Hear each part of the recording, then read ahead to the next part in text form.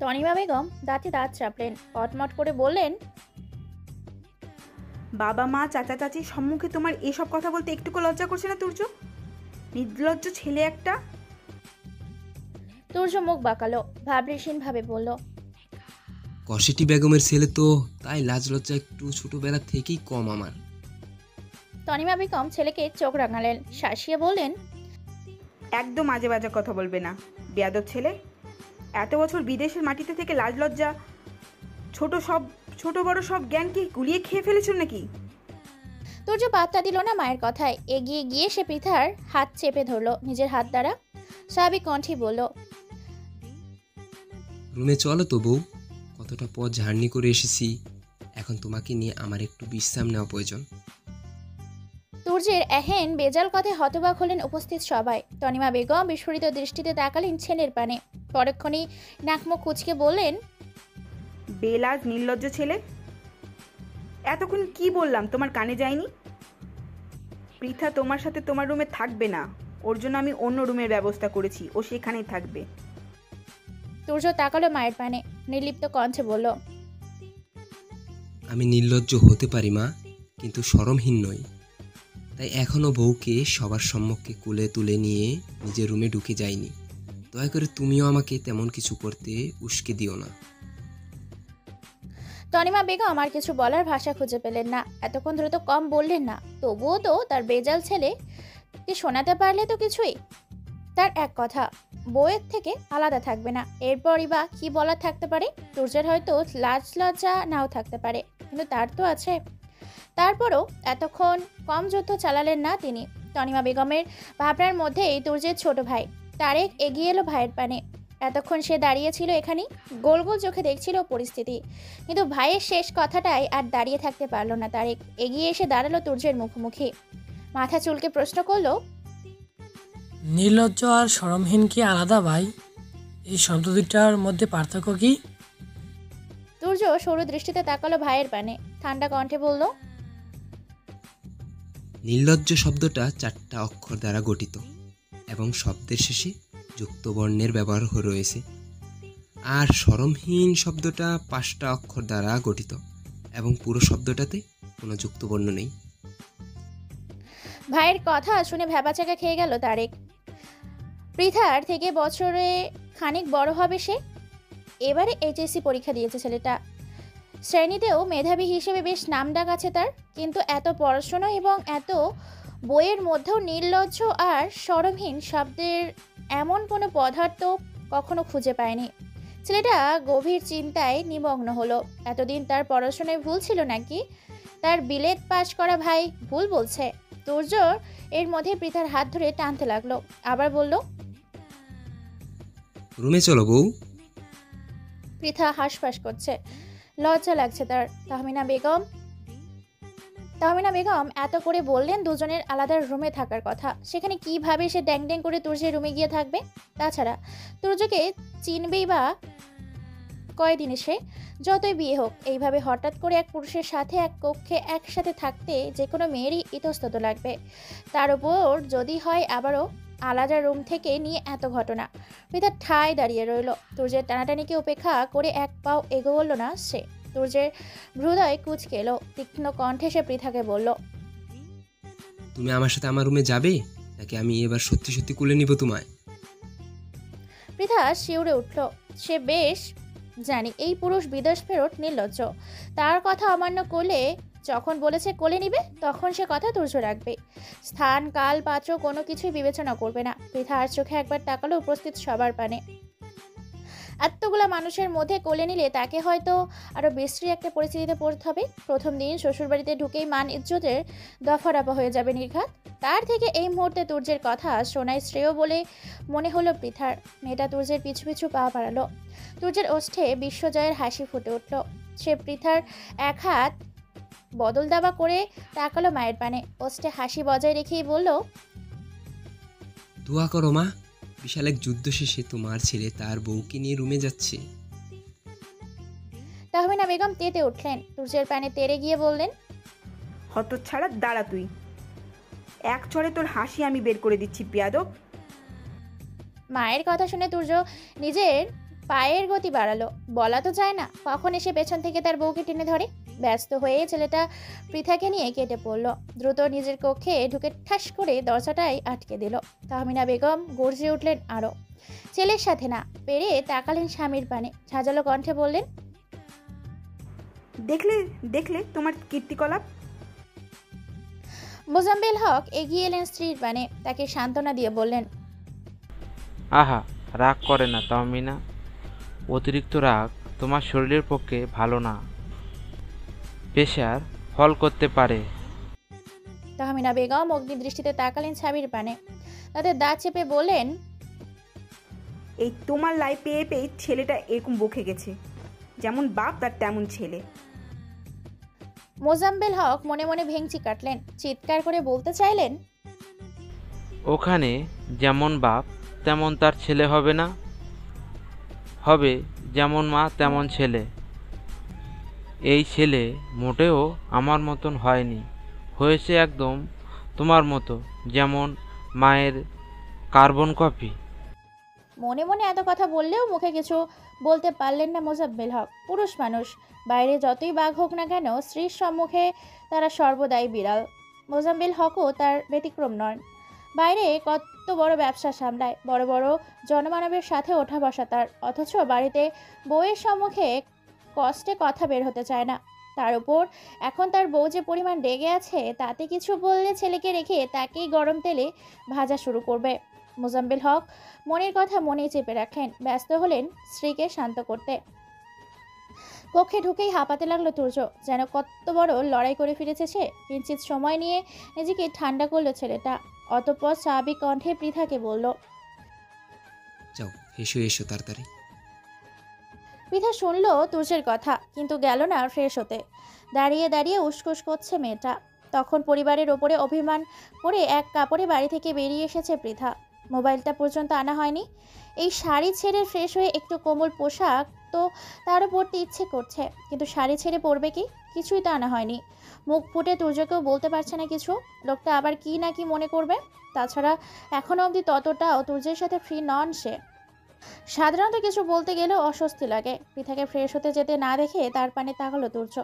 হয়তো বুঝলো মেয়েটার উসকুসের মানে। তুর্য পকেট থেকে মোবাইল বের করলো, কাউকে কল করে শুধুমাত্র বলল, লাগেজগুলো রুমে দিয়ে যা। খানিক সময় অতিবাহিত হতেই বন্ধ দরজায় টোকা পড়ল। তুর্য দরজাটা খুলে দিতেই আরুষ দুটো বড় বড় লাগেজ নিয়ে ঢুকলো ভিতরে।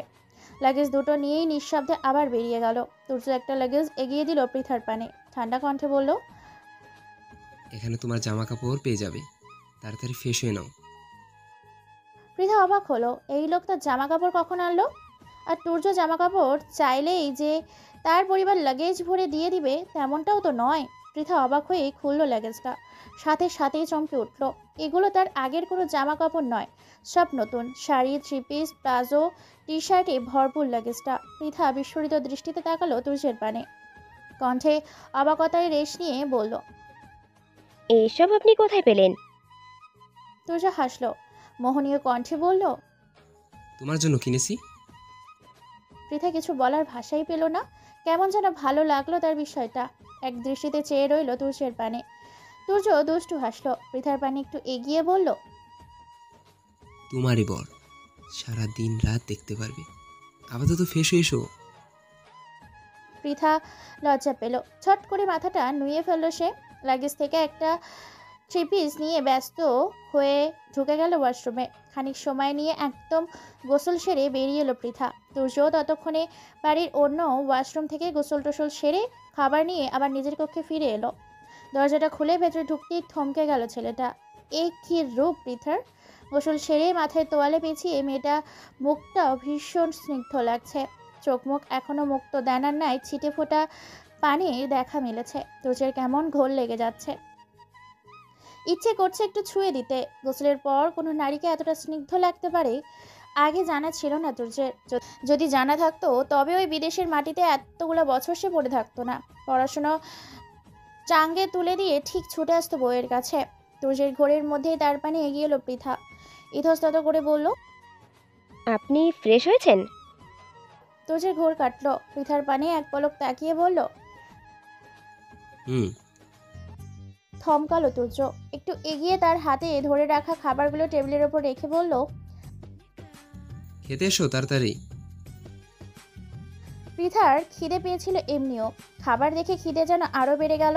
সেই কখন খেয়েছে। তারপর যদিও গাড়িতে তুর্যের জোড়াজুড়িতে গাড়িতে একটু খেয়েছিল, তাও হঠাৎ পরিবার ছেড়ে আসা, নতুন মানুষের সাথে নতুন স্থানে গমন, অপরিচিত স্থান, বিভিন্ন চিন্তা ভাবনায় ভালোভাবে খেতে পারেনি। পৃথা দ্বিরুক্তি করলো না, চুপচাপ খেয়ে নিল তুর্যের সাথে। তবে বিপত্তি বাঁধল খাওয়া দাওয়া শেষে ঘুমানো নিয়ে। এখন পৃথা ঘুমাবে কোথায়? তুর্যের সাথে ঘুমাবে?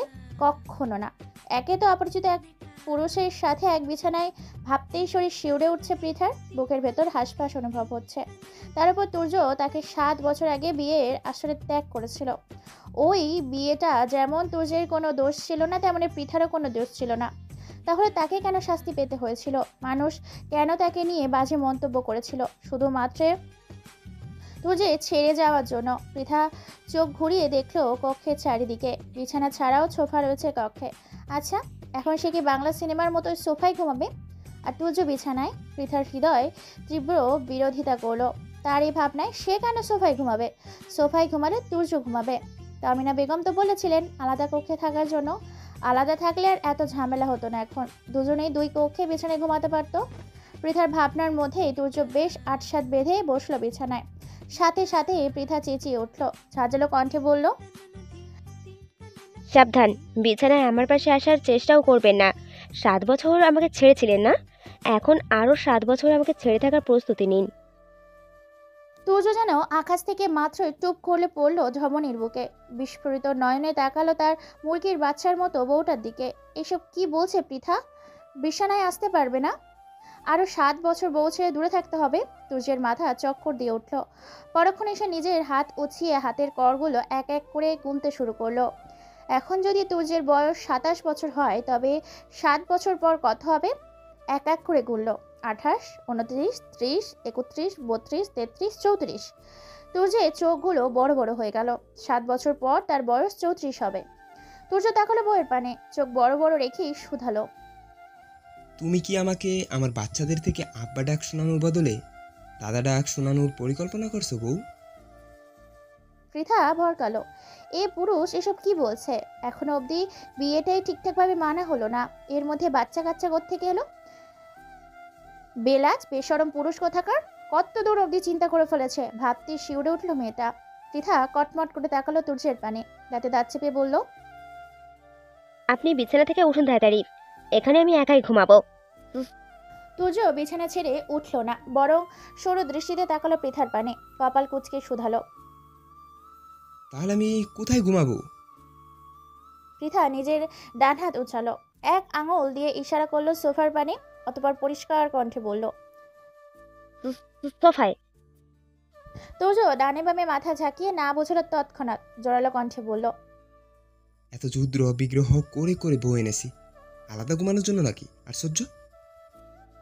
পৃথার তীক্ষ্ণ দৃষ্টিতে তাকালো তুর্যের পানে, শক্ত কণ্ঠে বলল, হ্যাঁ, আলাদা ঘুমানোর জন্য এনেছেন।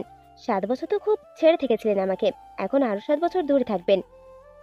তুর্য ভ্রু কুচকে কিঞ্চিত সময় নিয়ে তাকিয়ে রইল পৃথার পানে, অতঃপর হুট করে একটু একটু এগিয়ে গেল মেয়েটার নিকট, মৃদু কণ্ঠে বলল, এখনই তো প্রাপ্তবয়স্ক নও তুমি, তারপর যদি আবার ফিরতাম ওই 7 বছরের মধ্যে, সামলাতে পারতে তো তুমি আমাকে? পৃথা হৃদয় কুচকে এলো। মেয়েটা কয়েক সেকেন্ড সময় নিল তুর্যের কথার মানেটা বুঝতে, তবে সম্পূর্ণভাবে পৃথার মস্তিষ্কে কথাটা পৌঁছাতেই কান গরম হয়ে উঠল। বিস্ফোরিত দৃষ্টিতে তাকালো তুর্যের পানে, ছি, কি নির্লজ্জ কথাবার্তা! সামলাতে পারতো মানে কি? পৃথা জ্বলে উঠল, ঝাঁঝালো কণ্ঠে বলল, অসভ্য, বেশরম, বিছানা থেকে উঠুন আপনি। আমি আপনার সাথে এক বিছানায় ঘুমাবো না, কিছুদিন না। বিয়ের আসরে না হয় ক্রোধের বশে আমাকে ত্যাগ করেছিলেন, আমিও তার জন্য আপনাকে মাফ করে দিয়েছি। কিন্তু এর পরবর্তী 7 বছর কি হয়েছিল? কেন একটা বারও আমার খোঁজ নেননি? এর জন্য আমি আপনাকে কখনো মাফ করব না। তুর্য অস্থির হলো, ব্যগ্র কণ্ঠে বলল, তোমার সাথে আমার জোর করে বিয়ে দেওয়া এবং আমার ক্রোধে বিয়ের আসর ত্যাগ কোনোটাই তোমার অজানা নয়। বিয়ের আসর ত্যাগের 1 মাসের মাথাতেই আমি দেশ ছেড়েছিলাম, পাড়ি জমিয়েছিলাম ইংল্যান্ডে। কিন্তু সেখানে গিয়েও আমি শান্তি পাইনি। প্রতিটি মুহূর্তে তোমার অবাধ্য পিছুটান আমাকে তাড়া করে বেড়েছে। বারবার মনে হয়েছে আমি ভুল করেছি। যতই জোর করে বিয়ে হোক না কেন, বিয়েটা তো হয়েছে।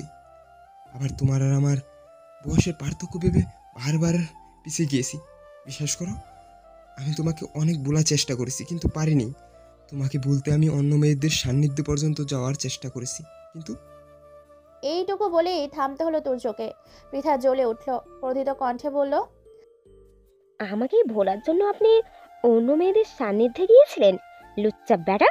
এতক্ষণ আপনাকে যাও মাফ করতাম, এখন তাও মাফ করার প্রশ্নই ওঠে না। দূর হন, দূর হন আপনি আমার চোখের সামনের থেকে, আমার বিছানার থেকে। তুর্য ভ্যাবাচাকে খেয়ে গেল পৃথার কথায়। সে বেশ ভালোই বুঝলো আবেগের বশে ভুল স্থানে ভুল কথাই বলে ফেলেছে। এখন কি হবে?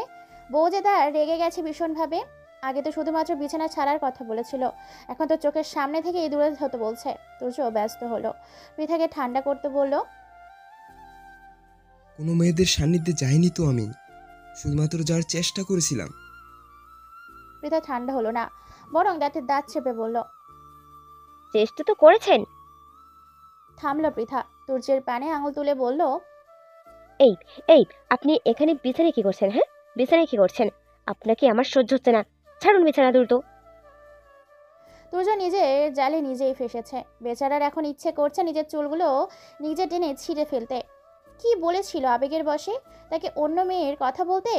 ওইটা ছাড়া তো বাকি সব বলতে পারতো, তাহলেই হতো। তুর্য ঢোক গিলল, করুণ কণ্ঠে বলল, তোমাকে ছাড়া আমি কোনো মেয়েদের সান্নিধ্যে যাইনি বউ। ওটা শুধুমাত্র একটুখানি চেষ্টা করেছিলাম, যে চেষ্টায় আমি কখনোই সফল হইনি। পৃথা মানল না তুর্যের কথা, চেঁচিয়ে উঠল সে, হুমকি দিয়ে বলল, আপনার কোনো কথাই আমি আর শুনতে চাইছি না। আপনি বিছানা থেকে উঠবেন, নাকি আমি নিজের রুম থেকে বেরিয়ে যাব? কথাটা বলেই পৃথা রেগে মেগে উঠে দাঁড়ালো বিছানা থেকে, পা বাড়ালো দরজার দিকে।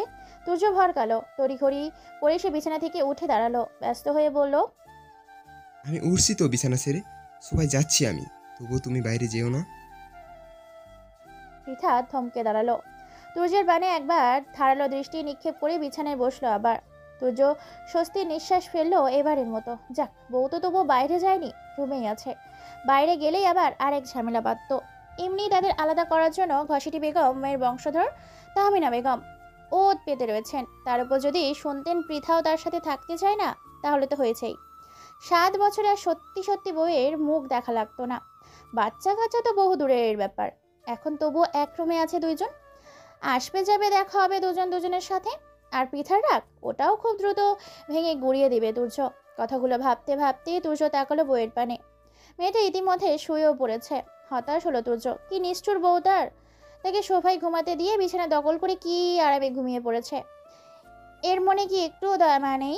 তুর্য অসহায় ভঙ্গিতে এগিয়ে গেল সোফার পানে, কোনো রকমে আটসাট ভেদে শুয়ে পড়লো সোফায়। কিন্তু বউ থাকতেও এভাবে কি একা শোয়া যায়? মন যে মানতে চায় না। তুর্যের মনের মধ্যেও আনচান আনচান শুরু করেছে। মুরগির বাচ্চার মতো বউটার সান্নিধ্য পেতে ইচ্ছে করছে ভীষণ। ক্রমেই অধৈর্য হয়ে উঠছে মন মস্তিষ্ক। তবুও ছেলেটা নিজেকে দমিয়ে ঘুমানোর চেষ্টা চালালো। অনেকটা পথ জার্নি করে এসেছে, এখন তার একটু ঘুমের প্রয়োজন। কিন্তু বেশ কিছুটা সময় অতিবাহিত হলেও ঘুম আর ধরা দিল না তুর্যের চোখে। শরীর ক্লান্ত, চোখেও ঘুম আছে, কিন্তু হৃদয়ের অস্থিরতা ঘুমাতে দিচ্ছে না। বউয়ের সান্নিধ্য না পেলেই অস্থিরতা কাটবে না বলেই মনে হয় না। তুর্য সোফা থেকে মাথা উঁচিয়ে তাকালো বিছানার পানে, মৃদু কণ্ঠে ডাকলো, বউ, ও বউ। পৃথা কোনো সাড়া দিল না, হয়তো ঘুমিয়ে পড়েছে মেয়েটা। তুর্য একটু কেশে গলা পরিষ্কার করে নিল, আগের তুলনায় গলা উঁচিয়ে কণ্ঠে সুর তুলে ডাকলো, বউ গো, ও বউ। কেবলই চোখ দুটো লেগে এসেছিল পৃথার, এর মধ্যেই আবার এমন স্বরে ডাকাডাকি। প্রথমবার গান শুনে কোনো সাড়া শব্দ না দিলেও এইবার আর চুপ থাকতে পারল না মেয়েটা। বিরক্তি ভরা কণ্ঠে বলল, কি হয়েছে? এমন ছাগলের মতো সুর তুলছেন কেন?